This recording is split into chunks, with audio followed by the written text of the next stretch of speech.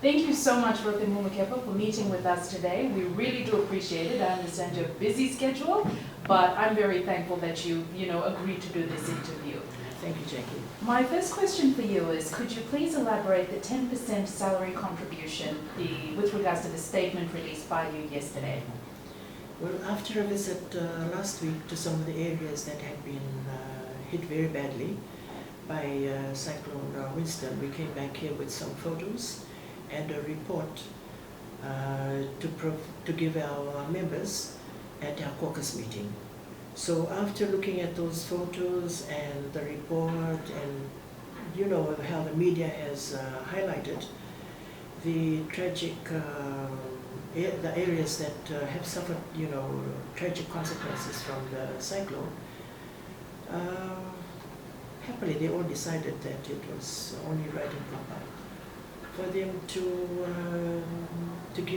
donate a proportion of their salary, and they decided it at 10%, and I'm very happy to be able to tell you that 10% comes to 77,000, which is only a drop in the ocean with what is needed in the country, but 10% is good. So I'm happy to say that they all decided that that would be the case, and the Secretary General has made provisions for that out of our budget. Wonderful. What has the opposition been doing since rehabilitation works have begun around the country? There's been a lot of critics who've been, questioning where the opposition has been. So would you be able to tell us where have, everyone in your party, what they've been doing? Unfortunately, Jackie, as you know, the media does not follow us around. They follow other people, other leaders around. And what we have been doing in different parts of the country that have been hit, we have our own members who are responsible for different areas of the country, mostly from where they come from. So those that have suffered in their own areas of the country, they have been visiting them and coming back with reports, and also trying to provide some assistance to them out of their own pocket, which they have been doing, and we've been meeting regularly, and our next caucus meeting is next Thursday, where they will bring us up to date as to what they have been doing. Myself, I've also been around to different areas of the country and our own villages in Rewa that have suffered from the cyclone.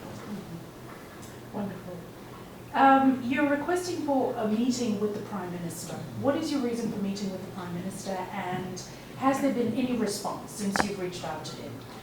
I went to his office after our caucus meeting last Friday, and I've checked again with his PA, and up to now there has been no response.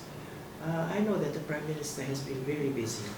We've seen that from the media reports, that he's been all over the country just trying to meet up with victims of the cyclone. So I know that he's a very busy person.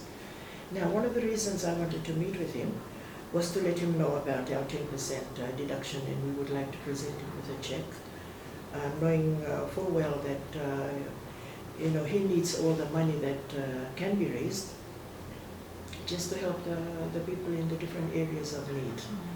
And the second reason also that I wanted to meet with him, to remind him that there's a provision in the Constitution which states that 1/3 of the members, and we make up 1/3, the SODELPA and the NFP, we would like to write to the President for him to reconvene a meeting of Parliament.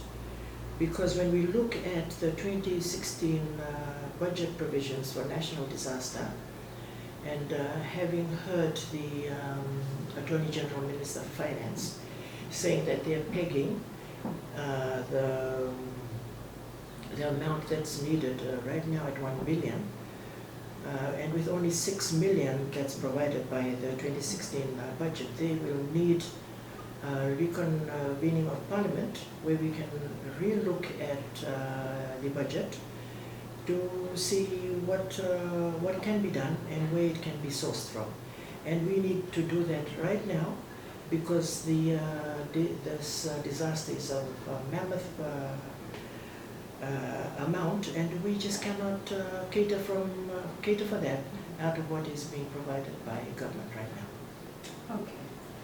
Finally, what is the opposition's message at this time for all Fijians, really? What is your message? Our message to all Fijians, especially those who have been very badly hit. And we know those are areas in Wanomalahu and Yavata, and the areas of Honolevu, Nomeviti, Teilevu North, all along the Wanyumbuka area there, Ra and Ma, and other areas that we might not have heard about up to now. Our message to them is to be strong. There are many, many people out there that are trying to provide help, and there are also people that are praying for them. And that is not only from people in Fiji. We know that there are overseas donors, the governments of New Zealand and Australia, and we are very thankful to them for always coming to our assistance promptly. And they come, even before we've asked them for any assistance. And our people here, the relatives, are trying to do the best they can with whatever parcels, clothing, whatever it is that they can give. So we just ask them to be strong, and that we are there with you. And if you don't see us there right now, you will see us sometime very shortly in the future. And our prayers are with them. Thank you.